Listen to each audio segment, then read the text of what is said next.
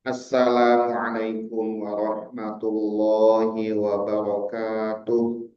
Waalaikumsalam warahmatullahi wabarakatuh. Bismillahirrahmanirrahim. Alhamdulillahirabbil alamin. Wa bihi nasta'in ala umuri dunya waddin. Wassalatu wassalamu ala asyrafil anbiya wal mursalin sayyidina wa maulana Muhammadin wa ala alihi wa ashabihi ajma'in.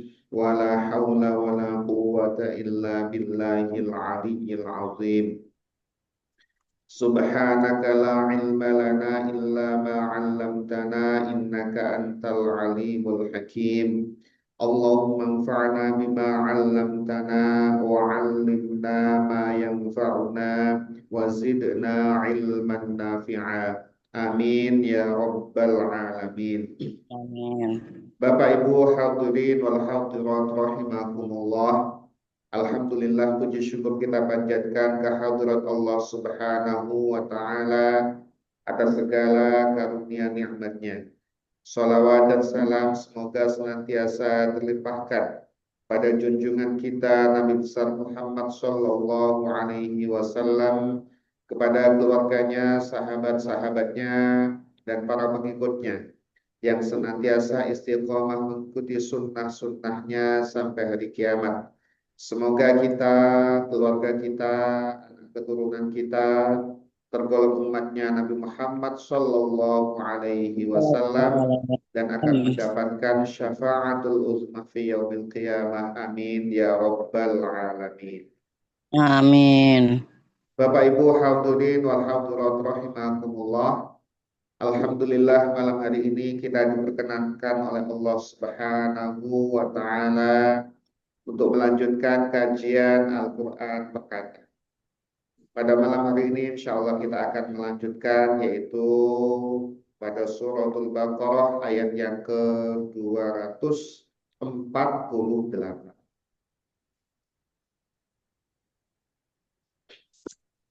Qala Allah Ta'ala fi kitabihil karim wa huwa asdaqul qailin. A'udzu billahi minasyaitonir rajim. Wa qala lahum nabiyyuhum inna ayata mulkihi an ya'tiyakumut tabutu fihi sakinatun min rabbikum wa baqiyatun mimma taraka alu Musa wa baqiyatun mimma taraka alu Musa wa alu Harun tahmiluhul malaikah inna fi dzalika laayatan lakum in kuntum mu'minin. Falamma fasala Talut bil junudi qala inna Allaha mubtaliikum binahar faman syariba minhu falaysa minni wa man lam yat'amhu fa innahu minni illa man ightarafa ghurfatan biyadihi fasharibu minhu illa qalilan minhum falamma jawazahu huwa walladhina amanu ma'ahu qalu la taqata lana al-yawma bijaluta wa junudihi qala alladhina yazunnuna annahum ملاقو الله كم من فئة قليلة كم من فئة قليلة غلبت فئة كثيرة بإذن الله والله مع الصابرين.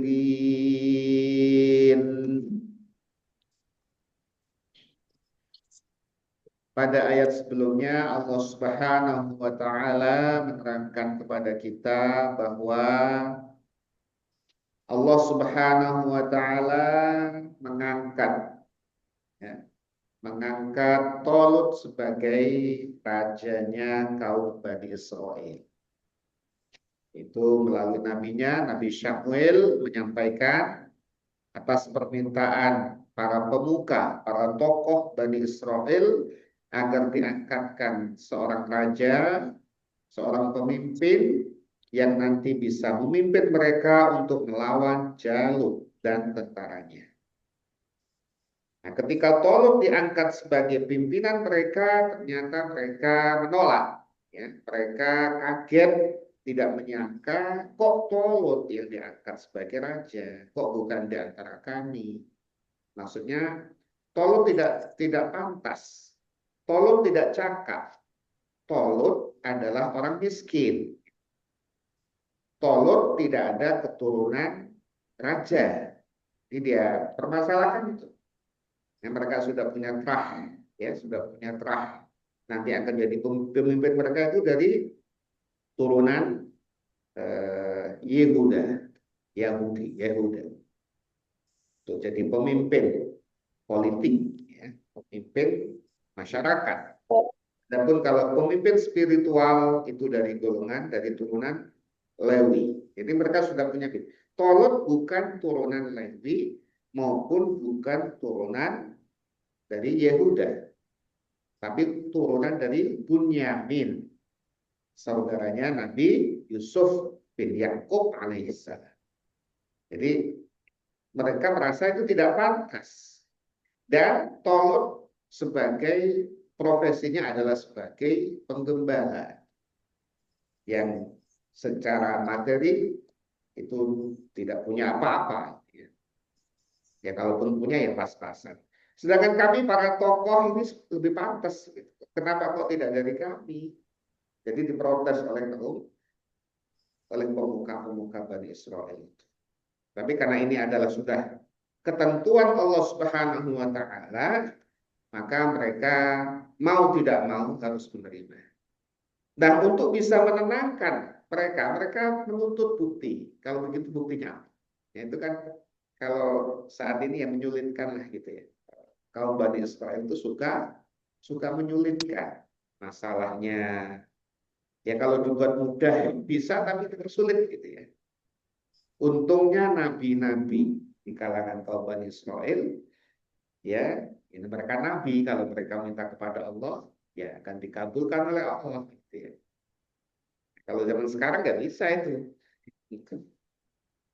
Dulu ketika Nabi Musa alaihissalam, mereka menuntut supaya skandal pembunuhan dibongkar. Sedangkan yang menuntut yang membunuh kan susah ya. Yang menuntut skandal pembunuhan dibongkar, yang menuntut yang membunuh. Ya karena dia membuat skenario supaya orang nggak tahu, buat skenario dia yang membunuh, kemudian terjadi pembunuhan, hari berikutnya ramai geger, dia menuntut supaya ini dibongkar. Bagaimana membongkar itu? Karena sulit sekali membongkar itu. Nah, apalagi dulu tidak secanggih sekarang itu ya. Kan turun petunjuk dari Allah Subhanahu wa taala agar menyembelih sapi. Udah, sapi silakan disembelih. Sapi yang bagaimana terus tuh menyulitkan. Ya. Akhirnya sapinya itu sapi yang ya disebutkan dalam surat Al-Baqarah yang pernah kita sampaikan itu yang kriterianya itu sulit. Sapi yang masih perawat, ya, sapi yang tidak digunakan untuk membaca, bekerja, ya, sapi yang warnanya kuning mulus, bagus gitu ya, yang akhirnya menyulitkan juga mereka. Ya itulah karakter mereka. Nah, kalau kita punya karakter yang suka tersulit ya, kita introspeksi ya, introspeksi. Jadi kalau petunjuk Nabi itu yassiru wala tu'assir. Mudahkan urusan, jangan dipersulit. Mereka menuntut bukti, ya supaya tenang. Bagaimana ini buktinya? Kok tolong sih? Jadi mereka ada ketidakpuasan. Maka kemudian ayat ini yang akan kita kaji adalah kemudian menyampaikan bahwa buktinya adalah turunnya tabut. Kembalinya tabut. Bismillahirrahmanirrahim.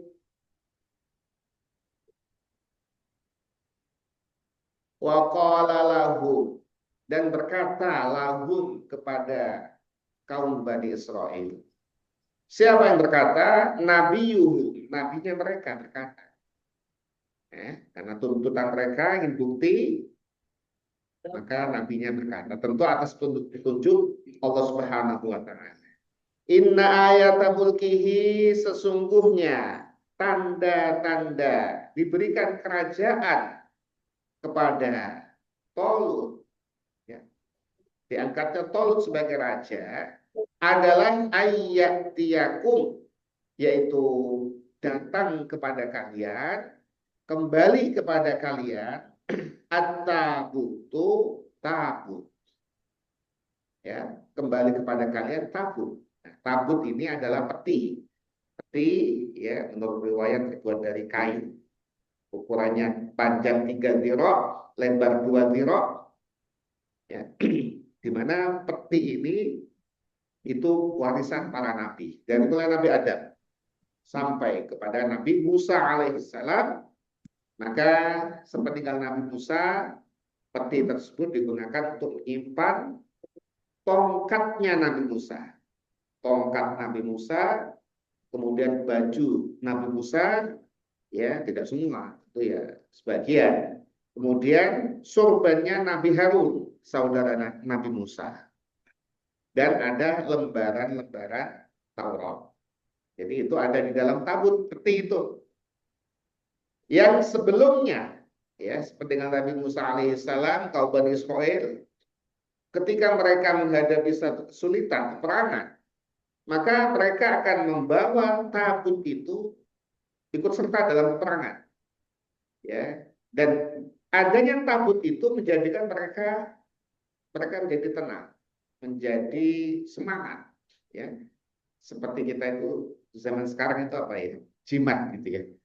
Jadi ada barang yang punya, nah ini punya hawas, punya khasiat, ya.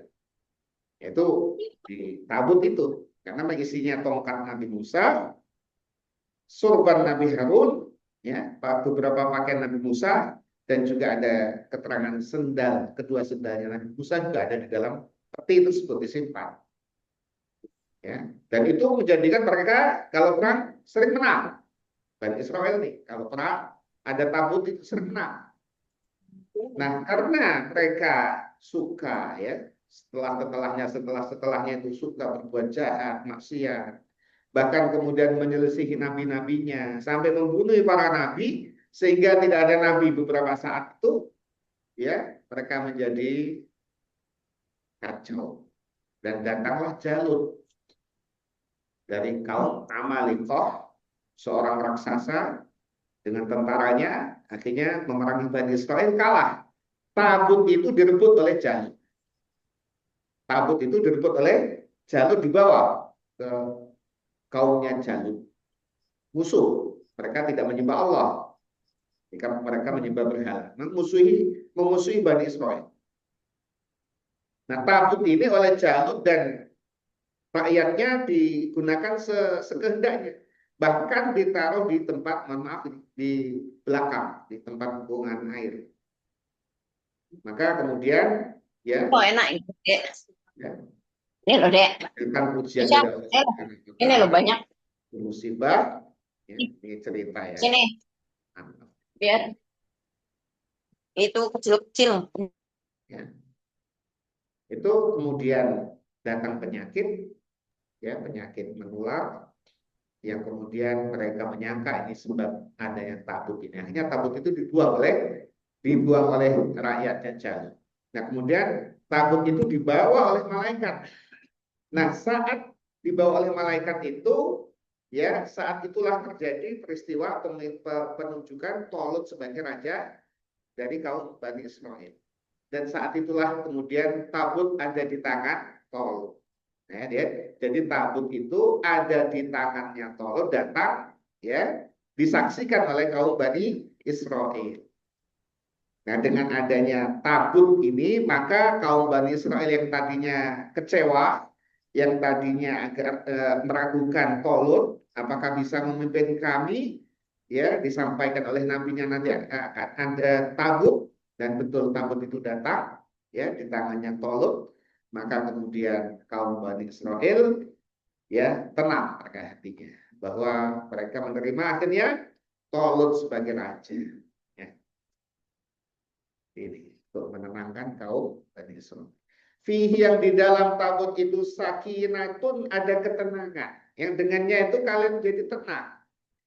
Ya, dulunya untuk jimat kalau mau berperang, ya sehingga dengan itu mereka menjadi tenang dan tidak goyang, tidak goyah. Nah saat itu juga kemudian mereka tenang menerima Tolut sebagai raja. Ketenangan rabbikum dari Tuhan kalian, wabaqiyatun, dan di dalamnya ada sisa peninggalan, mimma dari sesuatu, taroka yang meninggalkan, ya yang meninggalkan di dalamnya itu alu Musa, itu adalah keluarganya Nabi Musa, wa alu Haruna, dan keluarganya Nabi Harun. Itu tadi peninggalan Nabi Musa berupa tongkat, kedua sendal beliau, dan pakaiannya Nabi Musa. Kemudian Nabi Harun adalah surbannya Nabi Harun ada di tabut itu. Tahmiluhu yang membawanya, siapa yang membawa tabut itu? Al malaikatu, yaitu malaikat. Yang membawa malaikat itu dikembalikan ke Bani Israel, ya pada kedua tangannya Tolut. Nah, gitu ya. Itu disaksikan Tolut membawa tabut. Wah, Bani Israel kemudian, iya sudah kita terima Tolut sebagai raja. Sudah ya, akhirnya bersatulah kaum Bani Israel berada di bawah pimpinan Tolut. Inna fi dzalika, sesungguhnya yang demikian itu. Yang demikian apa? Yang demikian adalah yang datangnya tabut itu. Yang kalian saksikan. Ya, itu kan sesuatu yang bukan ini ya, bukan apa ya? Ya, keistimewaan begitu ya. Ya memang begitu di zaman dulu, zaman sebelum Nabi Muhammad SAW, pada nabi-nabi sebelumnya itu luar biasa, membelah lautan itu kan luar biasa. Inna fi dzalika, sesungguhnya yang demikian itulah ayatan, terdapat tanda-tanda lakum bagi kalian, in kuntum, jika kalian itu mukminina, termasuk orang-orang yang beriman. Itu tanda bagi kalian. Harusnya menjadi kalian menjadi orang beriman, ya beriman bahwa apa yang telah disampaikan oleh nabinya itu betul dari Allah Subhanahu wa Ta'ala. Mereka tidak merasa ya membawa tabut, tahu-tahu tabut itu datang. Itu kan ya harus menjadi tanda ya agar mereka beriman.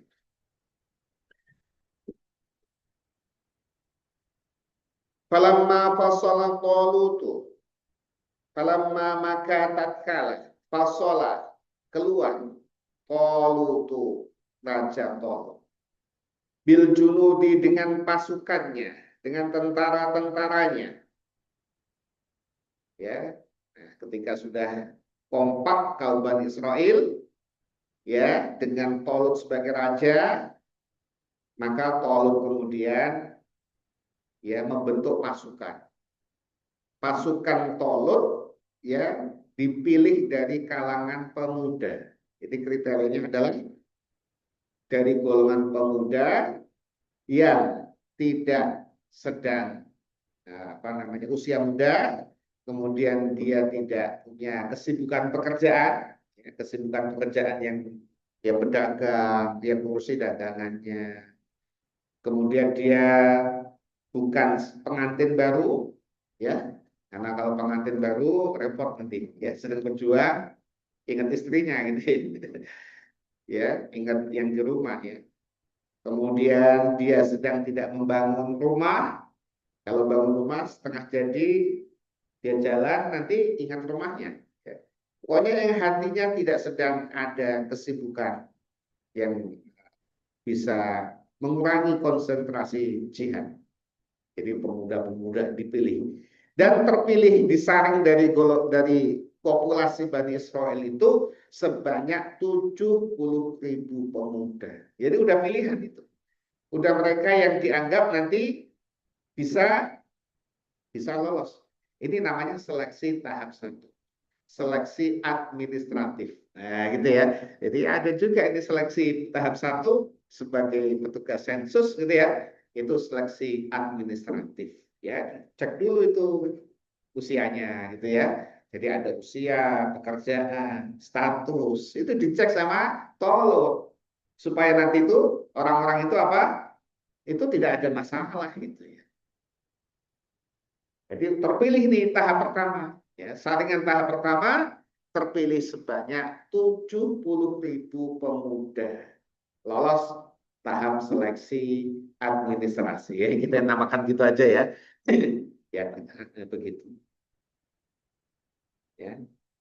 Awalnya yang tua-tua juga mau ini, nggak boleh, ini nggak lolos seleksi.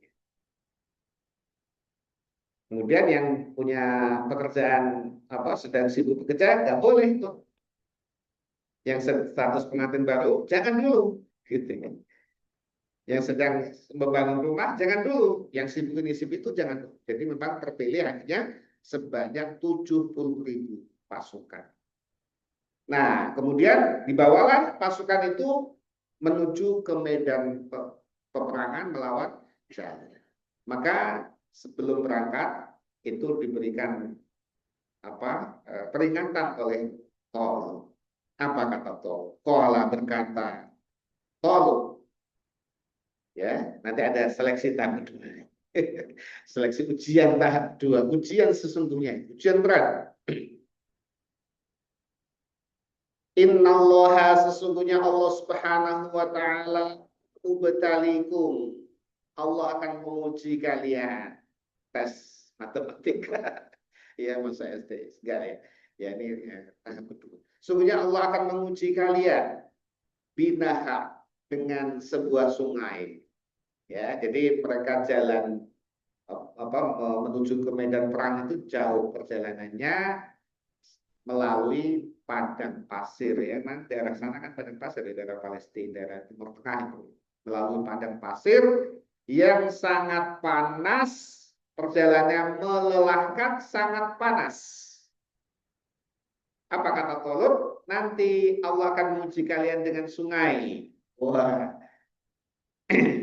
ya, jadi ketika berangkat sih belum terasa gitu ya, tapi diingatkan. Ketika berangkat semangat belum terasa ini. Apa kata Tolut? Faman, maka barang siapa syariba yang dia minum minhu dari sungai tadi, falaisa minni, maka dia tidak termasuk golonganku. Dia akan gagal seleksi tahap berikutnya. Ya, dia tidak lolos seleksi. Dia bukan termasuk pasukan, kata Tolut.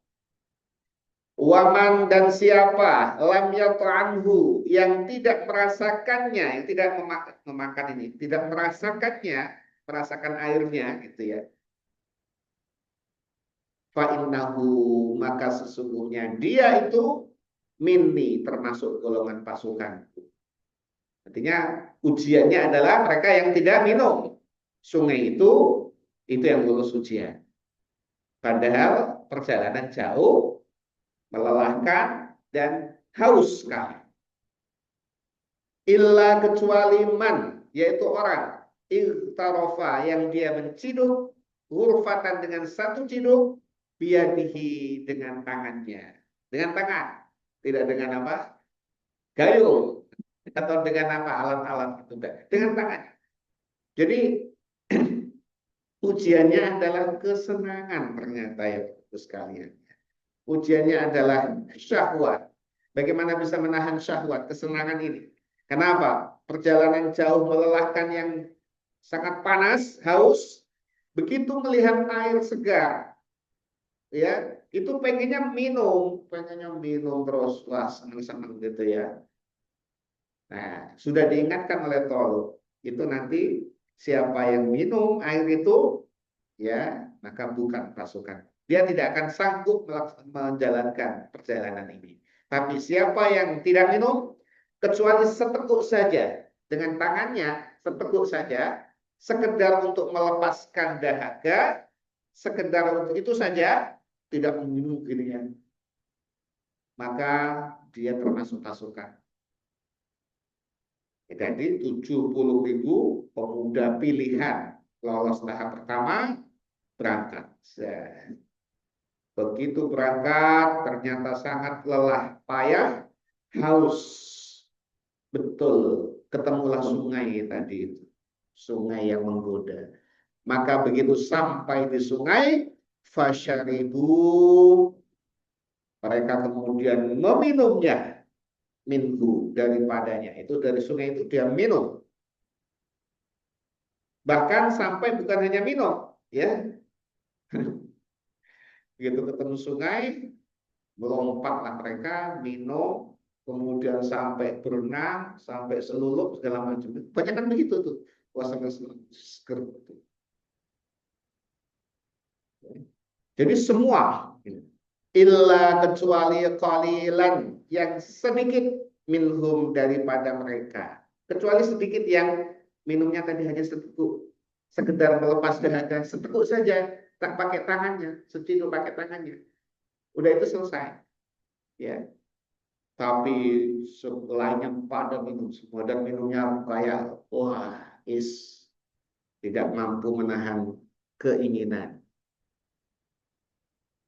Nah, ini juga kemudian refleksi kepada kita bahwa hal yang menghalangi, hal utama yang menghalangi kita untuk berjuang di jalan Allah, ya, kalau kita saat ini adalah beribadah yang taat kepada Allah, beribadah, ya, taat kepada Allah itu sulit, ya, sulit. Apalagi istiqomah itu sulit. Ya. Tantangan utamanya adalah syahwat. Kalau zamannya Tolut adalah sungai karena memang perjalanan ini padang pasir, kalau kita saat ini tantangannya ya apa? HP, ya, gadget itu. Jadi itu yang kemudian apakah kita tenggelam di dalamnya atau sekedar saja dengan gadget itu kita gunakan untuk kepentingan-kepentingan seperlunya. Yang terjadi kan tidak. Kita barangkali nih ya anak ya Allah ya gitu ya. Ini evaluasi bagi kita. Kalau kita ada di tengah pasukan yang Tolut, kita termasuk golongan yang mana ini?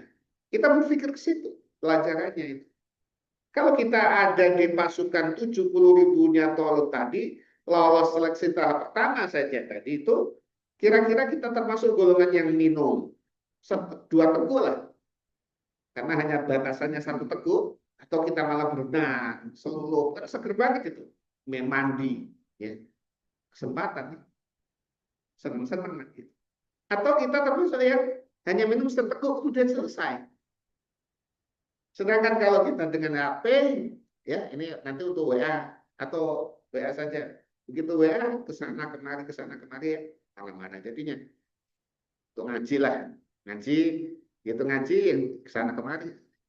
Ngaji Quran, buka halaman 1 halaman, buka yang lain banyak.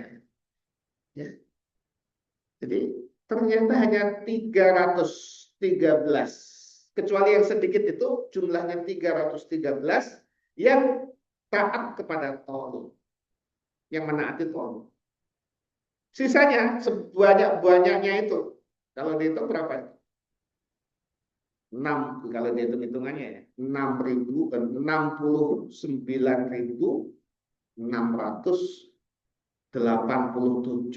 tidak lolos seleksi tahap 2. 1/230-an. Kalau STIS saja 1/40. Ya, sekarang udah menurun. Ya, itu yang lulus. Ini 1/230 lebih. Sulit ya.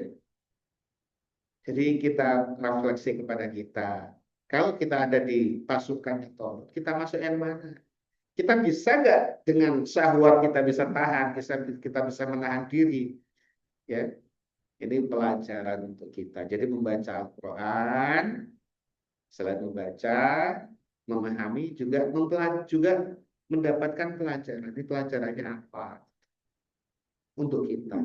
Jadi bukan hanya sekedar dongeng. Jadi salah kalau kemudian kisah-kisah di dalam Al-Quran itu hanya sekedar kisah, bukan, itu penuh dengan makna, penuh dengan ibroh, pelajaran. Kita bisa nggak mengambil pelajaran? Oh, bisa dibaca saja lewat, bukan begitu.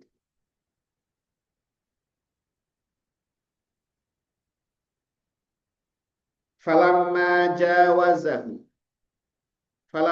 jawazahu, maka tatkala mereka ya Tolut dan pasukannya itu, Tolut bisa menyeberanginya, yaitu Tolut, waladina dan orang-orang amanu yang mereka beriman, ma'ahu beserta Tolut. Jadi telah menyeberang, akhirnya menyeberang 313. Menyeberang itu yang 60 ribuan lebih itu masih di sungai, masih nggak mau keluar mereka. Enak ada di situ, enak kan, seger. Ini yang taat ini 313 kemudian nyebrang melewati sungai. Qalu, mereka berkata, siapa yang berkata itu? Orang-orang yang ada di sungai itu, yang minum banyak itu. La taqata, tidak ada kekuatan, kami tidak sanggup. Tidak ada kekuatan lana bagi kami, tidak ada kesanggupan bagi kami. Tolong, kami nggak sanggup kalau ya al-yauma, pada hari ini kami nggak sanggup. Bijaluta, untuk bertemu Jalut wa junudihi dan pasukannya. Sudah, kami nggak bisa lanjut. Nah, ya kan? Banyak sudah nggak bisa lanjut. Karena mereka senang di sungai itu ya. Ya Allah. Ya, akhirnya orang yang menurunkan syahwatnya ya berat. Diajak jihad berat. Ya, tidak senang-senang.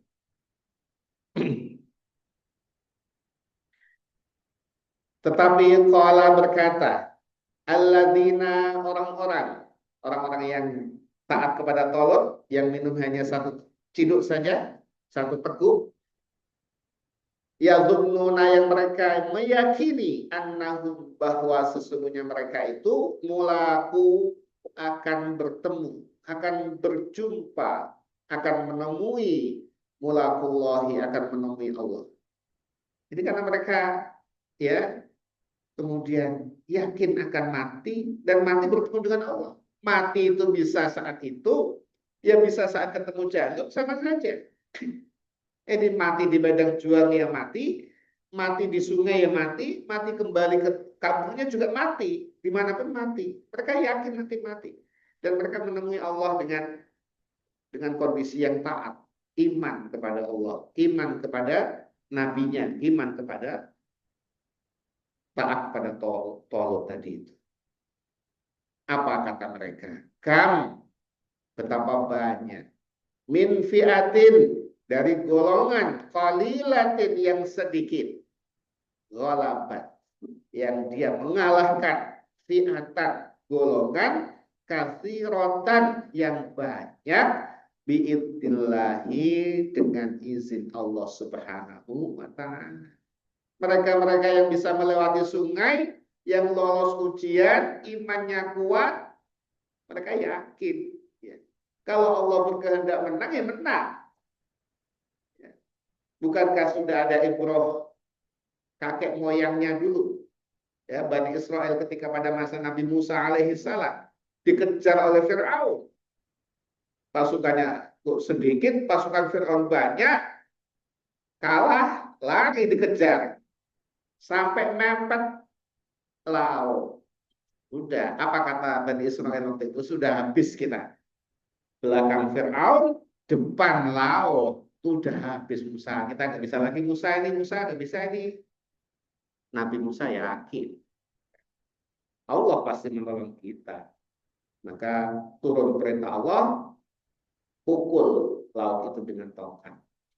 Pertolongan Allah datang, ya, laut terbelah, Nabi Musa dan Bani Israel jalan, Fir'aun tidak menyangka, akhir riwayatnya ditelan laut. Siapa yang menyangka?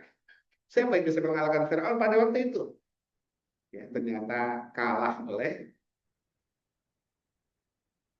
mukjizat Nabi Musa alaihissalam. Jadi pertolongan Allah itu kalau datang tidak ada yang bisa menghalanginya. Orang yang ditolong Allah pasti selamat. Orang yang dicelakakan Allah pasti celaka. Meskipun seluruh dunia menyelamatkannya. Itu hanya 313 yang lolos. Yang punya keyakinan seperti itu. Sedangkan yang 60.000 lebih itu udah hilang keyakinannya. Rontok mereka. Imannya rontok itu. Wallahu dan Allah Subhanahu wa taala ma'as-sabirina beserta orang-orang yang sabar. Yang sabar.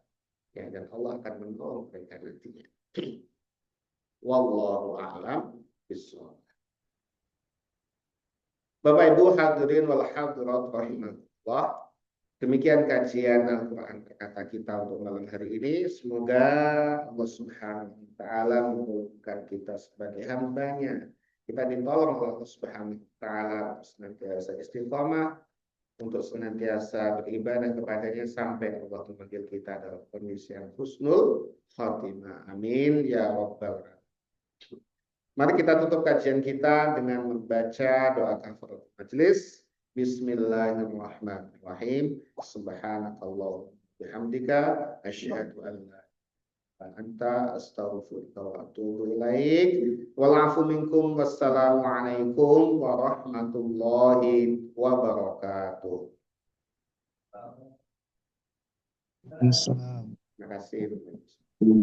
Terima kasih Pak.